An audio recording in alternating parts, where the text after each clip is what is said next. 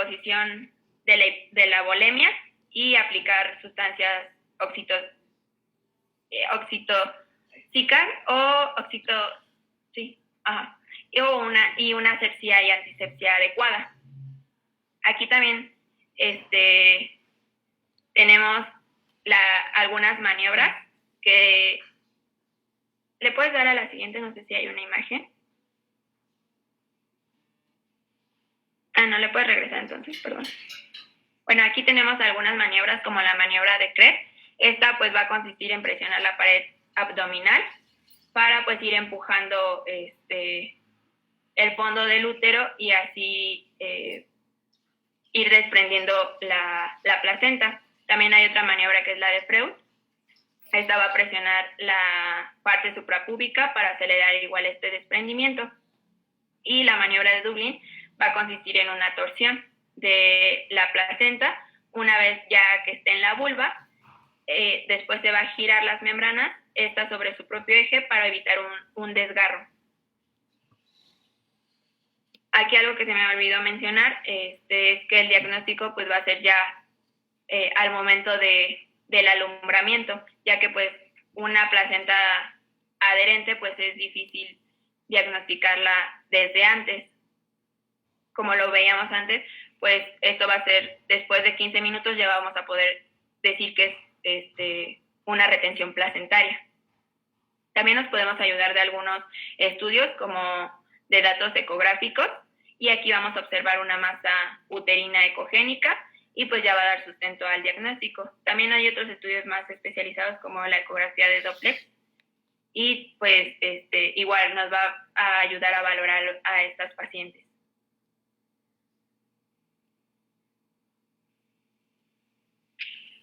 Nos vamos a quedar ahí porque tú dices embolia de líquido amniótico. Voy a hacer varias puntualizaciones. Bueno, ¿alguien tiene dudas de lo que acaba de decir? Todo lo que es hemorragia. Doctora, yo tengo una duda con respecto al tratamiento de taponamiento. Yo había leído, bueno, pero no sé si era que no se indicaba porque puede, más que nada, de tener la hemorragia, ocultarla.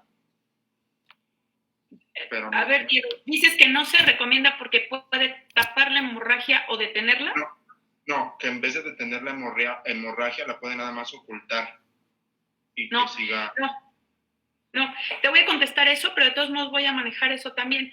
El tapón, lo voy a hacer en orden y te digo esto del taponamiento, ¿sale? Porque hay varias cosas que quiero que tratemos. ¿Alguien alguna otra pregunta? No. Ahora, vamos a ver entonces, porque creo que les quedó clarísimo todo. La primera causa de muerte materna sin tomar el COVID es la hemorragia. Es la primera causa. Por lo tanto, es la que más nos va a importar. Lo primero que comentaba Fernanda es que se definía a hemorragia postparto si después de un parto sangraba más de 500 o de una cesárea 1000. Esa es una clasificación ya vieja. Como ella decía, puede ser que no sea cuantificable. Por supuesto es cuantificable porque es media cubeta o una cubeta. O sea, bueno, no, pero es cuantificable. El problema es que donde va a sangrar, yo puedo decir que son 500 y mi visión de 500 pueden ser 1000. Entonces no es tan fidedigna. Por lo tanto, la guía de práctica clínica de hemorragia dice que está basado, la hemorragia va a estar basada en los 4 estados de choque. ¿Eso qué quiere decir? Dependiendo del grado de choque es el porcentaje de sangrado que tengo y ese porcentaje, ese grado de choque se va a dar por manifestaciones clínicas. La hipotensión, la taquicardia, ¿sí me explico? Ahora, decías que entonces uno de los factores para determinar cuánto estamos sangrando sería las características clínicas de choque hipovolémico. Dentro de la hemorragia está totalmente escrito en las guías de práctica clínica que tengo que ver las 4 T's. Por eso, este tema que dieron sobre hemorragia, quiero que se aprendan ese cuadro, el de las 4 T's. Si yo digo hemorragia, entonces inmediatamente me vas a decir, ¿qué son las 4 T's? y las 4Ts, ya habíamos dicho, y van pasando, el de las 4Ts están en orden de frecuencia. Es decir, primero, lo más frecuente que puede pasar es que sea pérdida del tono. Por eso dice, se presenta en el 80% de los casos de hemorragia. Después, traumatismos, el siguiente tejido y el siguiente trombina. Ahora, en relación a esto que estamos viendo, tú dices, está sangrando, ¿qué voy a hacer? ¿Qué voy a hacer? No se me va a ocurrir que tengo una alteración de la coagulación porque es lo menos frecuente. Puede ser, sí, pero lo que voy a hacer es lo más frecuente para quitar eso que está ahí.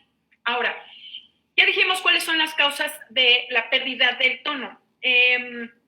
Tú dijiste que la pérdida del tono es por encima del cuello uterino y por encima del cuello uterino. No puede ser por encima del cuello uterino. ¿Por qué? Porque el tono lo da el fondo. El fondo es donde está el músculo. Es músculo, es pues como el tono que tenemos, pues es músculo. Y el cuello es el que menos músculo tiene. O sea, y el cuello, si tú me dijeras, el que pierde el tono es el cuello, pues si el cuello se abrió para que naciera el bebé, eso quiere decir que todos tendrían atonía. El que pierde el tono es el fondo uterino. Ahora,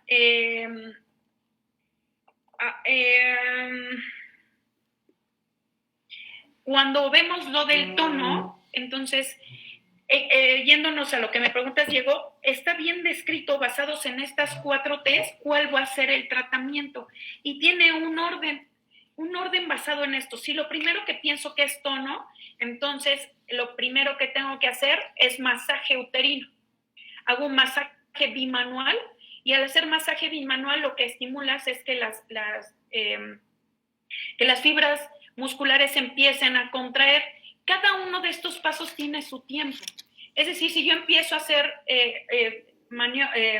masaje bimanual y no disminuye, entonces me voy a los uterotónicos. Y los uterotónicos, comentabas, Fernanda, que el más utilizado es la oxitocina y los demás no tanto, ¿no? Está totalmente descrito que en ese orden va. Sí es real que primero va la oxitocina. Oxitocina puede ser 20 unidades en una carga de 500 mililitros. Puedo llegar hasta poner 40 unidades de oxitocina. Y es más, si es eso en una cesárea, podría ponerla hasta in útero. Lo que sí es que le da su tiempo. Más o menos se ha dicho que cada uno de los pasos tendría que darle como 15, 20 o hasta 30 minutos cada uno de estos pasos. ¿Por qué? Porque hay veces que nos estresamos tanto que no le das el tiempo suficiente al medicamento para actuar y sigues con el siguiente paso hasta que vas a acabar en la histerectomía. Ahora, entonces, mi primer paso buscando en tono, entonces, si sí es tono, empiezo a... la primero que voy a pensar es en tono. Entonces veo, finalmente, metes tu mano y ves que esté contraído el útero y que se está involucionando. Si no, dices es tono. 2, dices, no, el tono está perfecto, el útero está súper contraído, de ahí no viene. Viene el segundo, que es tejido. El tejido es retención. Es decir, no es porque me dijiste la retención de restos, puede ser porque había una placenta accesoria o por... No. Lo más común es que dejamos al estudiante de medicina que atiende el parto, le decimos saca la placenta y deja un pedazo. Eso es lo más frecuente. O sea, que la jale de más, que la jale de menos, o no hago una buena revisión. Entonces digo, el tono está normal, voy a buscar que no hayan restos, aunque sea un poco, un cotiledón, un poco de placenta, puede ser que por eso siga sangrando. Entonces hago una revisión manual y veo que ya no haya restos. Eso es en relación a tejido. Ya vi que tiene tono y no hay tejido y sigue sangrando. Entonces, el siguiente es trauma. ¿Qué es trauma? Pues en el parto lo que pude haber hecho es desgarrar las paredes vaginales, desgarrar el cervix, o pudo haber una ruptura uterina. Entonces ese sería el trauma. Entonces tengo que revisar toda vagina para ver que no haya desgarros, el cuello, y si fuera una ruptura uterina cuando yo estoy tocando, pues obviamente voy a tocar el agujerote. Ajá. Y el último es problemas de la coagulación. Ya revisé y el tono estaba normal, no hay tejido y no hice ningún trauma y estoy sangrando. Entonces, lo último que pienso es en los problemas de coagulación. Ahora, volviendo a eso, cuando yo ya detecté que estoy sangrando, entonces ya hice el masaje, ya me fui a los uterotónicos. En ese orden voy, y así dice la guía. 1, oxitocina. No funciona, me voy a carbetocina. El problema de la carbetocina es que utiliza los mismos receptores que la oxitocina. Es decir, si tú saturas con oxitocina, la carbe no va a hacer efecto. Si tú, por ejemplo, te predispones y dices, esta paciente probablemente me va a hacer una atonía, ¿y cómo es que vas a saber que probablemente me va a hacer una atonía? Porque eres muy listo y te sabes los factores de riesgo. Y dices, es un macrosómico, ya me tardé un montón en el trabajo expulsivo, es un gemelar, es un polidramios. Entonces, tú dices, si Pitágoras no se equivoca, voy a anteceder que probablemente me va a hacer una atonía. Entonces, en vez de pedir oxitocina, empiezas con la carbetocina. Pero si sucede una atonía sin esos factores de riesgo, pues tú ya pusiste oxitocina. Después de oxitocina sigue carbetocina. Le doy el efecto a la carbetocina y me puedo ir a la ergonovina. El único problema de la ergonovina no son los problemas cardiovasculares, en general es la hipertensión. Es decir, si es una paciente preeclámptica, no le puedo poner ergonovina y la ergonovina es intramuscular. Me salto la ergonovina y me voy al misoprostol. El misoprostol es vía rectal. Cada uno de estos pasos en ese orden van. Si yo agarro y te demando porque me quitaste el útero, que era una de las cosas que también dijiste, te voy a decir, ajá, está bien, pero aquí está escrito que seguí todos los pasos de la guía y aún así usted seguía sangrando, no había más que quitar el órgano, y aunque usted me quiera demandar por una pérdida de órgano, no había más, y la pérdida de órgano es menor a la pérdida de la vida, entonces no procede. Y entonces, ya que terminé con el misoprostol y continúa sangrando, entonces ya me voy a pasar a la parte, aquí tenías tú algo, a la parte, digamos, quirúrgica. Es que le tomé una foto a esto que pusiste, porque se me iba a olvidar. Por ejemplo, dijiste masaje uterino, que ya dijimos. Lo de colocación de sonda vesical no es que sea parte del tratamiento, sino para el choque, para los datos de choque que te decía. ¿Cuánta hemorragia es? ¿Cuánta hemorragia es? ¿Mucho, poco, 500,000? No. Ya existe el índice de choque. Y dentro del índice de choque también está cuánto orinas. Pues obviamente si estoy hipovolémico, pues voy a orinar menos, ¿no? Por eso es la colocación de la sonda vesical. Una, para cuantificación de orina, y la segunda, para que no te vayas a llevar la vejiga. Reposición de volemia. Obviamente tu paciente tiene soluciones. Como ahora que está de moda que está de moda ya ves qué chistosa es la gente, que no, que mi hijo nazca en una cubeta de agua y así, porque es lo más natural, que la duma me dé masajitos y shalala. En ese estilo de así, Dalai, el problema es que no las canalizan porque quieren que todo sea normal. Si te cae en una atonía, es muy difícil canalizarlas. Entonces esas pacientes se pueden complicar mayor. Pero esta paciente en general, pensando en un punto normal, esto de la reposición de volemia, obviamente, conforme va pasando esto de que tú dices, ya está sangrando, entonces ya tiene que estar un equipo en el que va a ir viendo cuánto va sangrando. Este equipo viene anestesia. Su anestesia va calculando, oye, y entonces tú ya le pusiste el volumen de oxitocina, ya le pasaste otra carga para que no, espérame.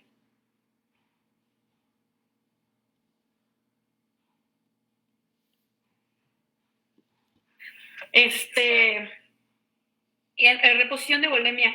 Reposición de volemia no es como tal el tratamiento de la hemorragia. La reposición de volemia es para evitar que te haga un choque. Te va a hacer un choque hipovolémico si continúas sangrando y no reponemos.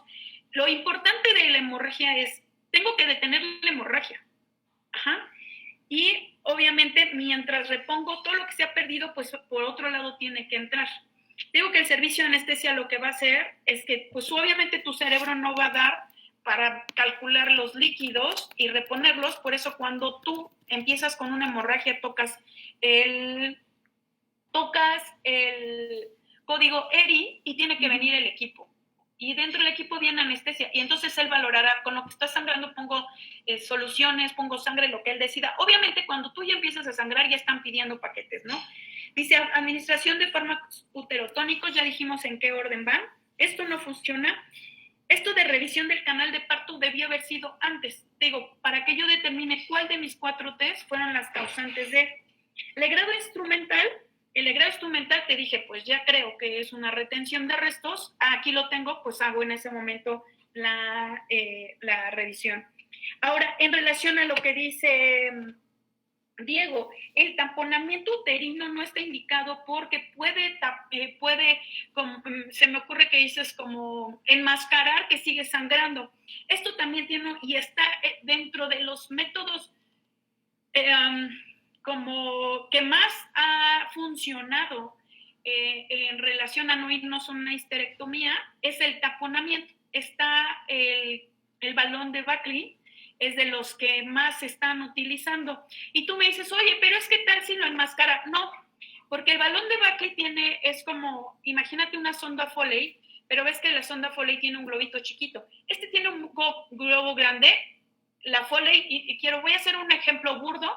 Imagínense una sonda Foley, la sonda Foley entra por la uretra, llenas un globito y ahí se queda. El balón de Buckley lo metes por útero, te entra en útero, está en fondo uterino y llenas el balón. El balón llena a 500. Imagínate entonces, Diego, un balón, ¿qué es lo que va a hacer? Taparme todo el útero. Entonces, y a la hora que lo tapa, entonces comprime los vasos. Es más, hasta está escrito, no le pongas más de 500, porque hay quien dice, no, pues para que funcione hay que echarle 800 o 1000. El problema que vas a hacer es que vas a necrosar. Y tú me dices, oye, pero ¿qué tal si está obstruyendo? No, porque tiene una vía que sale. Dentro de útero, igual que la sonda Foley, una es por donde metes el líquido y en otra va a venir una por donde sale el sangrado. Y hay otra cosa, que volvemos a lo mismo, insiste el índice de choque. Si tú dices, yo puse el balón y se está ocultando, si te estuviera ocultando el fondo uterino te va a crecer y la hemorragia continúa. Si la hemorragia continúa, tengo hipertensión, hipotensión, taquicardia, diaforesis, ¿sí me explico? Entonces, se le deja, el balón de Buckley ha sido de las mejores cosas que se ha hecho, digamos, no tan radicales como lo que va a seguir. Dentro del balón de Buckley lo que dice, bueno, ya puse el balón y una vez aspinzamiento de arterias uterinas. Cada uno de estos pasos en ese orden que te estoy diciendo va. Ya hice balón de Buckley, hay quien no tenemos para balón de Buckley, entonces puedes meter compresas. Obviamente la compresa son 2, han de caber en útero nada más, y también solo les das un tiempo, no es así de, mañana venimos a ver si sobrevivió o no sobrevivió. Obviamente cada uno tiene sus pasos, no más de 30 minutos para cambiar de decisión.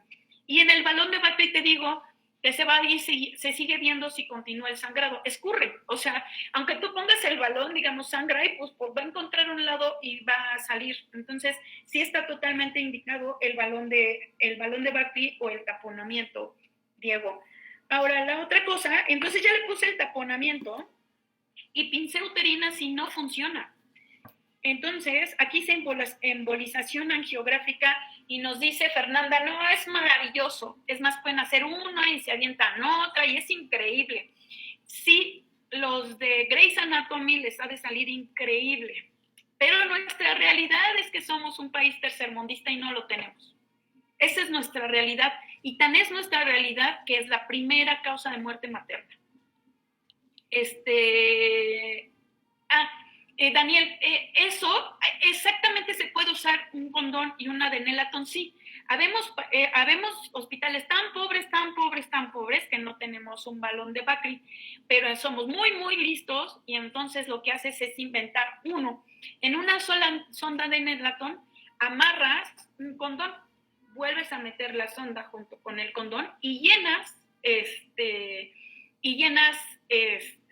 condón a lo mismo. ¿Cuál sería el problema? Pues que amarres bien el condón a la sonda y que verdaderamente dé la tensión, pero no está disparatado y es algo que sí hacemos frecuentemente en en nuestro medio, que somos pobres, muy pobres, pero somos muy, muy ingeniosos, sí se presenta. Qué padre, pensé que era algo que no se hacía, doctora. Ay, miras cada cosa que hacemos. ¿Ah? Sí, la cinta adhesiva es lo más común que tenemos, entonces esas cosas sí se hacen. Entonces, no les voy a contar. Entonces, lo de la embolización angiográfica, pues se oye bien bonito y la verdad es que sería magnífico que pues diéramos de menos conocerla, ¿no? Entonces, estaría padre, pero no llega. Ya puse el balón y no funciona, entonces dices, ya no hay más, la paciente no puede seguir así por más, entonces ya me voy por arriba. ¿Qué es irme por arriba? Ya me voy a ir a las técnicas quirúrgicas. Pero de las técnicas quirúrgicas no es la HTA. La técnica quirúrgica, ya hay muchas técnicas quirúrgicas en las cuales está la triple ligadura de arterias uterinas, está la B de Lynch, antes de que llegues a la histerectomía. Finalmente, si haces todas estas técnicas quirúrgicas previas y aún así continúa el sangrado, el siguiente paso es la histerectomía. Decía Fernanda, porque Fernanda vive en un mundo de caramelo, que la histerectomía se está en desuso. Pues discúlpame, yo estoy en un hospital regional y terminamos siempre en histerectomía. Ahora, en desuso final, no puede estar en desuso por muchas cosas. Si todo esto falla, no hay más que quitar el útero. Y hay veces que quitamos el útero y de todos modos esa paciente va a sangrar, nos va a caer en choque y se nos va a morir. Ahora, y la guía también dice, oye, pero ¿por qué no pusiste el balón de Buckley? ¿O por qué no hiciste la B de Lynch? ¿O la triple ligadura? ¿O la ligadura de uterinas? ¿Por qué no hiciste todo eso? Y tú puedes contestar, yo no me sé hacer esas técnicas. La técnica que sé hacer y que mejor manejo es la histerectomía. Entonces, lo que está descrito en las técnicas quirúrgicas es que hagas lo que mejor sabes hacer en el tiempo más breve. Y la histerectomía sigue siendo uno de los, pues sí, muy radical, pero vuelvo a decir, tiene prioridad la vida sobre el órgano. Ahora, y eso es en relación al tratamiento. Y después empezaste a decir, la atonía uterina, la retención de restos, la inversión uterina y el tratamiento, si te das cuenta y si todos se dieron cuenta, que imagino que sí, el tratamiento es el mismo que acabo de decir porque es la misma cosa que es hemorragia. Y llevamos el mismo orden. Ahora, dijiste en una cosa, por ejemplo, la retención placentaria tiene un nombre. ¿Cómo se llama esa enfermedad cuando se retiene la placenta? ¿Acretismo? Acretismo, es correcto. Entonces, el acretismo, el problema no es, por ejemplo, aquí pone retención total o parcial, evidente transcurre 15 minutos y luego pueden transcurrir. Si tú estás en lo que sea, un parto, una cesárea y estás haciendo unas maniobras de alumbramiento y la placenta no sale y además te sientes cómo se jala, es un acretismo y no le vas a buscar sacarlo. Te tienes que ir inmediatamente a una histerectomía. Por eso te digo, no puedes dejar en desuso la histerectomía, porque en este caso que es un acretismo no hay más que quitar el útero. Además, otra cosa, existe la creta, la percreta y la increta. O sea que cada vez se me complica más. Y por ejemplo decías, algo que decías aquí, que no se podría saber con antelación la retención placentaria. En el caso del acretismo, obviamente si es una paciente que tuvo control prenatal, un buen control prenatal, muchas veces sí podemos distinguir un acretismo placentario, y al igual que una placenta previa. Y si sabemos del acretismo placentario con tiempo, son pacientes que haces tipo de incisiones diferentes. Por ejemplo, haces una incisión fúndica, sacas al bebé y dejas ahí la placenta, cierras y te vas a la histerectomía. O los mandas a tercer nivel y ahí si quieres, si hacemos embolización, ¿no? Ahora, dices, ¿la hemorragia puede provocar anemia aguda o cuadro de choque? Pues sí, obvio es con lo que vamos a ver, y esto que tuviéramos cuidado de estar viendo, que valorar con cuánto tenemos de anemia, no es lo que vamos a estar valorando. Imagínate que tú estás atendiendo el parto y tu paciente ya sangró 500, ya sangró 1000, ya sangró 1500 y 2000, entonces en vez de decir, hago esto, dices, tómele otra muestra para ver si ya está anémica. Pues obviamente no te importa en este momento porque lo que tienes que hacer es terminar con la hemorragia. Después vas a hacer, el anestesio va a estar valorando cuánto tienes con pérdida de volumen con el índice de choque que te digo y él va a ir reponiendo. Al final de todo, cuando tengas estable esa paciente, entonces sí vas a pedir estudios de laboratorio para ver cómo que quedó la paciente. Y dices que además asepsia y antisepsia adecuada para evitar una retención placentaria. Digo, ¿asepsia y antisepsia de qué? ¿Del útero?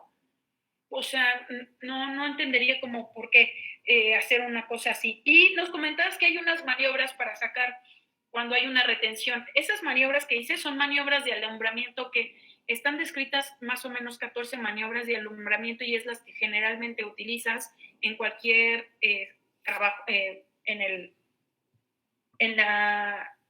lo que es el alumbramiento. Y creo que ya. ¿Dudas? ¿Se durmieron todos o qué? No, doctora. No, doctora. Estuve soliloqueando. Muy bien. ¿Dudas hasta aquí? Doctora, ¿en el acretismo sería una histerectomía total o una parcial? Es que en el acretismo, a ver, te voy a decir una cosa, en la hemorragia obstétrica, la histerectomía obstétrica es lo que puedas hacer. ¿Sí me explico? O sea, lo correcto es que hagas una histerectomía total. Y en el acretismo en especial debería de ser total, porque si se queda un resto de placenta en el cuello que dejas, pues va a seguir sangrando. Entonces, aquí que tú decidas es total o subtotal, se llama no parcial, es total o subtotal, que depende de que dejes o no el cuello. Esa es una técnica quirúrgica. O sea, es decir, vas a...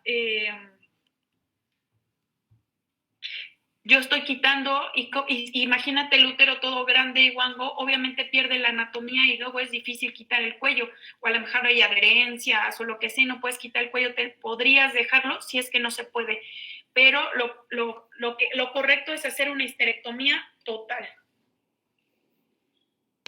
Gracias, doctora. ¿Dudas? No, doctora. No, doctora, gracias. Seguimos, por favor. Gracias, doctora. Bueno, otra de las complicaciones en el periodo de parto posparto va a ser la embolia de líquido amniótico. Pues se va a producir cuando el líquido amniótico, las células fetales y otros desechos fetales van a entrar a la circulación materna, provocando una obstrucción de los pequeños vasos pulmonares y sistémicos. Realmente su incidencia es baja, ya que oscila, pues según distintas estadísticas, entre 1.800 hasta 1.000. Uno de cada 800 hasta uno de cada 80,000 embarazos. Y pues 8,000 y 80,000. Sí. Y pues realmente estas fibras mayores pues se encuentran ya en resultados que se basan en los hallazgos de una autopsia. La siguiente, por favor. Bueno, aquí como factores de riesgo vamos a tener que están asociados, estas situaciones son en las que hay un intercambio de fluidos entre el compartimiento materno y el fetal, que es lo más probable para desarrollar una embolia. Aquí pues vamos a tener los partos quirúrgicos, un desgarro cervical, una rotura uterina, anomalías de la placenta, un polidrapnios, que sea multípara, una muerte fetal, y también se consideran los riesgos sociodemográficos, como es una edad materna avanzada. La siguiente, por favor. Bueno, hablando un poquito de su fisiopatología, como lo había comentado en la definición, el líquido amniótico va a entrar a la circulación materna a través de la rotura de las membranas o de los vasos uterinos. Esto pues a favor de un gradiente desde el útero hacia las venas. Pero pues para esto, por lo mismo, sería necesario este gradiente de presión suficiente para que el líquido pase a la circulación materna a través de la vena cava inferior y llegue al corazón derecho, después al pulmón, para ya provocar la misma embolia. Es por lo mismo que pues la fisiopatología de esta pues no es tan clara, ya que antes pues se pensaba que causaba pues un vasoespasmo pulmonar transitorio con una insuficiencia cardíaca, la hipoxemia y ya la muerte. Pero en 1995, Clark y sus colaboradores sugirieron que el síndrome pues se debe más a un proceso inmunológico que a un cuadro de la misma embolia, ya que como vemos aquí en el gráfico, los componentes del líquido amniótico son mediadores bioquímicos que tenemos la tromboplastina, la bradiquinina, la endotelina, los leucotrienos, el tromboxano A2, entre otros que son pues mayormente vasoconstrictores. Y también tenemos elementos en suspensión, que es el ánubo, el vérmix gaseoso, las células fetales, el meconio y las células amnióticas. Entonces, pues desde este punto de vista se debe ya a los antígenos fetales presentes en el líquido materno, que cuando pues van a entrar a la circulación materna van a estimular una cascada de inmunomediadores endógenos que a su vez van a producir una reacción similar a la anafilaxis, y esto conforme vaya avanzando va a llevar a un daño de los diferentes órganos y no solamente pues del mismo pulmón como se pensaba.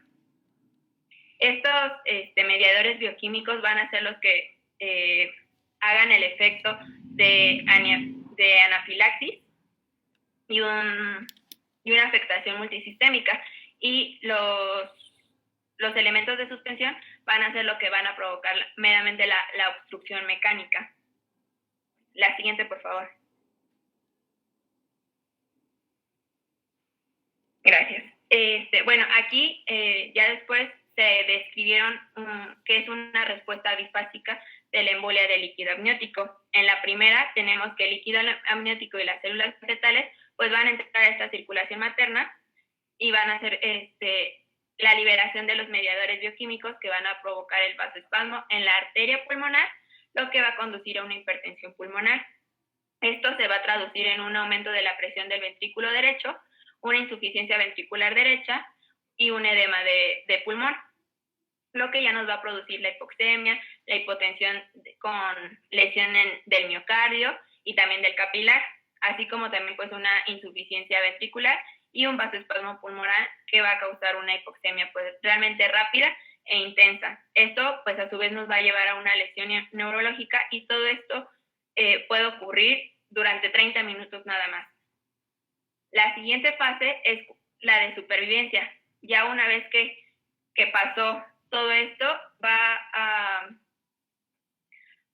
se va a producir una insuficiencia ventricular izquierda, y la lesión primaria pulmonar va a conducir a un síndrome de distrés respiratorio del adulto, que en más del 80% de los pacientes desarrollan alguna forma de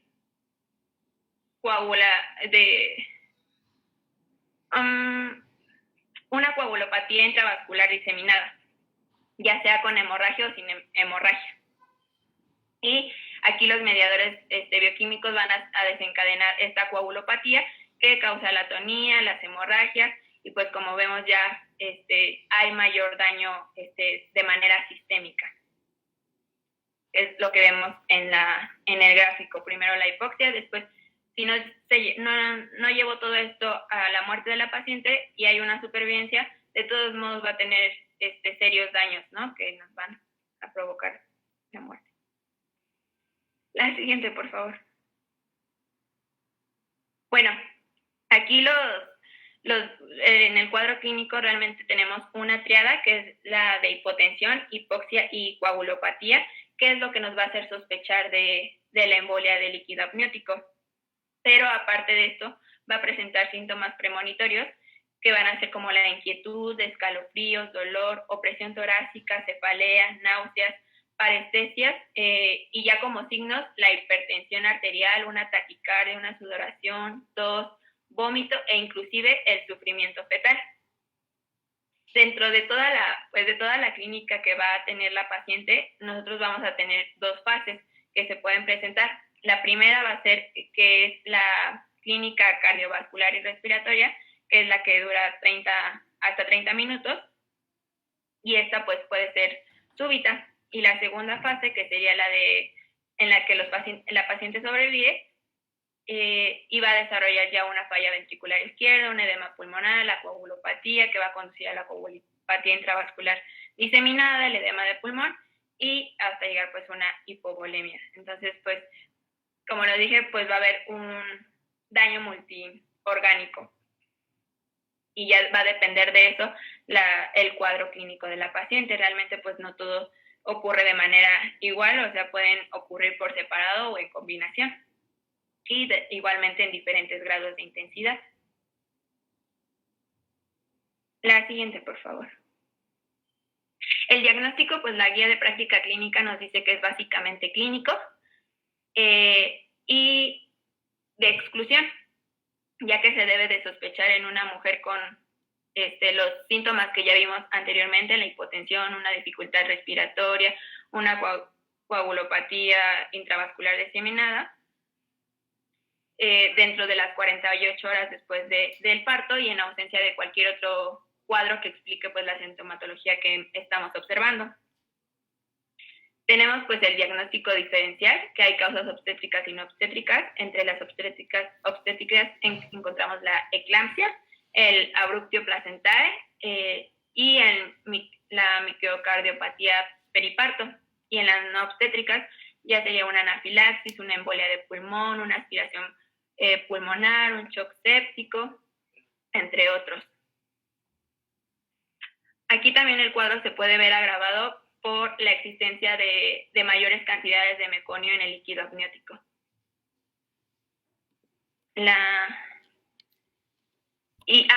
También, como lo había comentado en la definición, pues clásicamente el diagnóstico de certeza pues se establecía ya en una necropsia.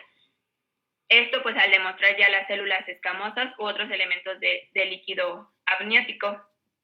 Pero también se ha pretendido pues llegar a un diagnóstico definitivo en la vida, demostrando pues las células escamosas en sangre aspiradas en las venas centrales y en los catéteres del corazón derecho.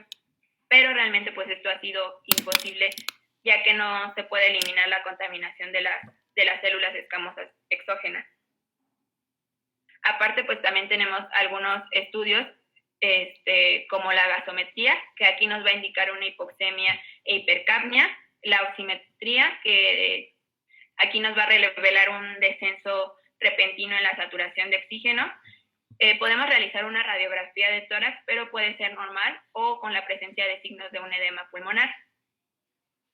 Y antes de todo esto, pues recordamos que uno de los procedimientos pues, es la exploración, pero realmente pues aquí va a ser inespecífica. La siguiente, por favor. El tratamiento, pues aquí tenemos un diagrama que pues es un paciente durante trabajo de parto y puerperio con algunos de los signos que ya hemos comentado: paro cardíaco, hipertensión súbita, compromiso respiratorio. Entonces, esto ya nos va a hacer sospechar de la embolia de líquido amniótico. Entonces, ya aquí se va a iniciar un manejo inmediato y con un equipo multidisciplinario. Si la paciente cayera en un paro cardíaco, se va a iniciar reanimación y ya después sería el manejo que hemos estado viendo con la hemorragia. Y si no presentara, pues seguimos con el de hemorragia. Si presenta, nos vamos a un protocolo de transfusión masiva, y si no presenta, nos seguimos con el manejo que hemos estado viendo anteriormente, que es la oxigenoterapia, una estabilidad hemodinámica. Aquí va a ser pues importante que la gestación se finalice lo más pronto posible si es que la madre no está respondiendo a las maniobras de reanimación. Y pues ya después de todo esto, tras el parto, se puede pues controlar con el tono uterino con masajes o la administración de oxitocina. Esta pues en una perfusión intravenosa. Ya después pues vamos a seguir con lo que ya nos comentaba la doctora, todo el esquema o los pasos siguientes si no funcionara. la siguiente. ¿Hasta ahí alguna duda?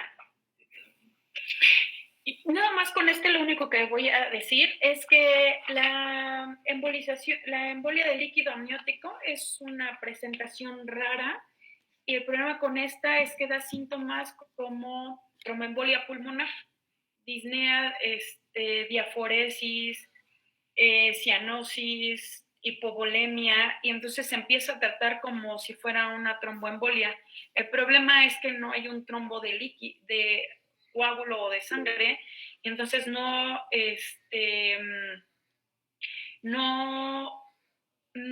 entonces no va a funcionar los antitrombóticos y la paciente muere, y las pacientes mueren así, no te van a durar. Si verdaderamente es una embolia de líquido amniótico, el diagnóstico es post-mortem. Son pacientes que por más que le hagas y tengas las medidas de reanimación, en general no van a responder. Yo me pregunta Fisher, la vez que yo nunca he visto una en el hospital, de mis compañeros he visto 2, 3 casos y todos terminan en muerte, ¿no? Lo importante es que demos tratamiento. Vas a decir, bueno, entonces, ¿cómo vas a saber que es una tromboembolia pulmonar o una de estas? Tú tratas una tromboembolia pulmonar y si no es, pues, bueno, se hizo lo que se pudo, ¿no? Muy bien, ¿seguimos? Sí, bueno, ahora vamos a hablar del tema de circular de cordón. Como definición, va a ser una complicación propia del embarazo en la que el cordón umbilical se va a enrollar alrededor del cuello fetal, una o más vueltas. Aquí las bibliografías mencionaban que tenía una prevalencia entre 15 y 34% de los embarazos y que era mucho más frecuente en las últimas semanas del mismo. Entonces, siguiente, por favor. Tenemos 2 clasificaciones. Aquí lo clasifican como tipo A o tipo B. En el caso de la tipo A es cuando el cordón umbilical rodea el cuello del feto, pero no lo termina como de cerrar. Mientras que en el tipo B el cordón cierra completamente, como se puede apreciar en esta imagen. Esta clasificación es importante porque algunas bibliografías mencionan que en el caso del tipo A, se puede llegar a resolverse por sí mismo conforme progresa el embarazo, pero en el tipo B no, porque aquí como vimos, pues ya sí lo cierra y puede causar serios problemas al feto.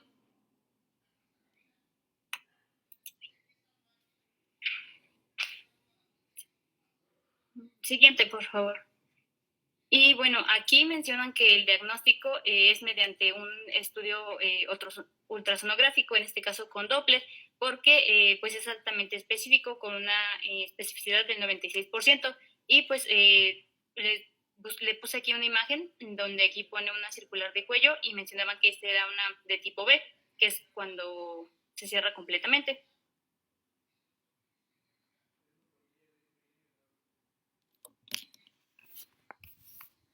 Y bueno, en el caso del manejo, aquí mencionan 2 opciones.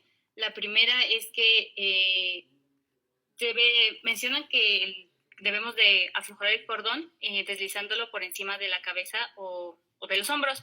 Y en caso de que esto no fuera posible, se puede pinzar y seccionar el cordón antes de que salgan los hombros. Y la otra opción es la maniobra de Moser-Saud, la cual está esquematizada tanto en la primera imagen como en la segunda. Entonces, lo que tenemos que realizar en esta maniobra es que primero tienen que salir los hombros sin manipular el cordón y después se tiene que flexionar la cabeza del recién nacido hacia el muslo de la madre, y mientras los hombros se van desprendiendo, y después tiene que rotarse como el cuerpo de tal manera que los pies van a ir dirigidos hacia los pies de la madre. Entonces, una vez que ya está fuera, podemos retirar el cordón, o bueno, desenredarlo. Y bueno, mencionan aquí que en el caso de que se llega a pinzar, pues no es muy recomendable porque está más que nada relacionado a que haya alguna complicación, que en este caso pues el feto no tenga suficiente aporte de hierro, pero pues es lo que habíamos leído.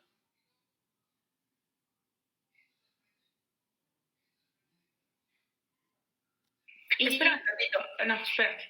Entonces, ahora, el circular a cuello no es una complicación. ¿Por qué? Porque te digo, de cada 10 ultrasonidos, 8 dicen que tiene circular a cuello y no por eso. Tú me dices, es una complicación del embarazo. Entonces, si yo, doctora, tengo 20 semanas, me acaban de decir que tengo circular a cuello, entonces, luego entonces sacas a mi bebé, Itzel. No. Pues no. Ahora, el circular a cuello, así se va a quedar. No tengo maniobras in útero para desenredarlo. Esto del tipo A o el tipo B, uno se llama como en charretera, nada más lo trae como una bufanda aquí. Y obviamente pues no tiene ninguna implicación. Si tuviera un circular simple, tampoco tiene ninguna complicación, porque durante el embarazo el bebé va a tratar de defenderse. Si se mueve y se ahorca, pues ya no me muevo. Y no es una indicación de cesárea, solamente el doble circular a cuello sí, porque entonces deja una brevedad de cordón y la brevedad de cordón haría que no descienda bien el bebé. Esto de la maniobra, la realidad es que atiendes el parto normal, sale el bebé y le desenredas el cordón. Salvo que en el trabajo de parto veas que hay descensos de la frecuencia cardíaca, quiere decir que entonces la circular sí está afectando a mi producto y entonces me voy por cesárea. Y esto de hacer un pinzamiento de cordón y que dependa del aporte que disminuya o afecte el aporte de hierro, pues yo creo que el aporte de hierro sería un poco menos importante a que te asfixies, ¿no? Entonces no tendría tampoco ninguna relevancia. Muy bien, ¿seguimos? Ok.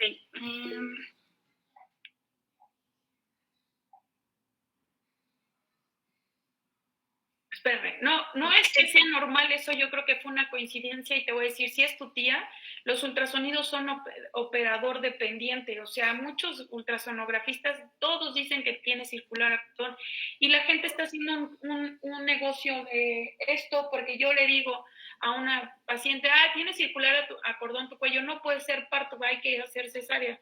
Entonces, eso de que haya sido 3 veces, una coincidencia, porque tú me dijiste, si tengo circular a cuello en este embarazo, tengo 50% de riesgo que en el siguiente lo vuelva a hacer, pues claro que no. Tú me dices, tengo preeclampsia en este embarazo, tengo 50% de riesgo de preeclampsia en el otro, eso sí. Ya, perdón, Itzel. Sí, no se preocupe, doctora. Entonces, seguimos con prolapso de cordón. Lo va a definir como el descenso del cordón hacia el segmento uterino inferior, pero se va a dividir en dos. El que está esquematizado en la imagen. Bueno, está aquí el prolapso que es oculto, que es cuando puede quedar adyacente a la parte de la presentación fetal, y el prolapso franco, que es cuando queda por debajo de la presentación.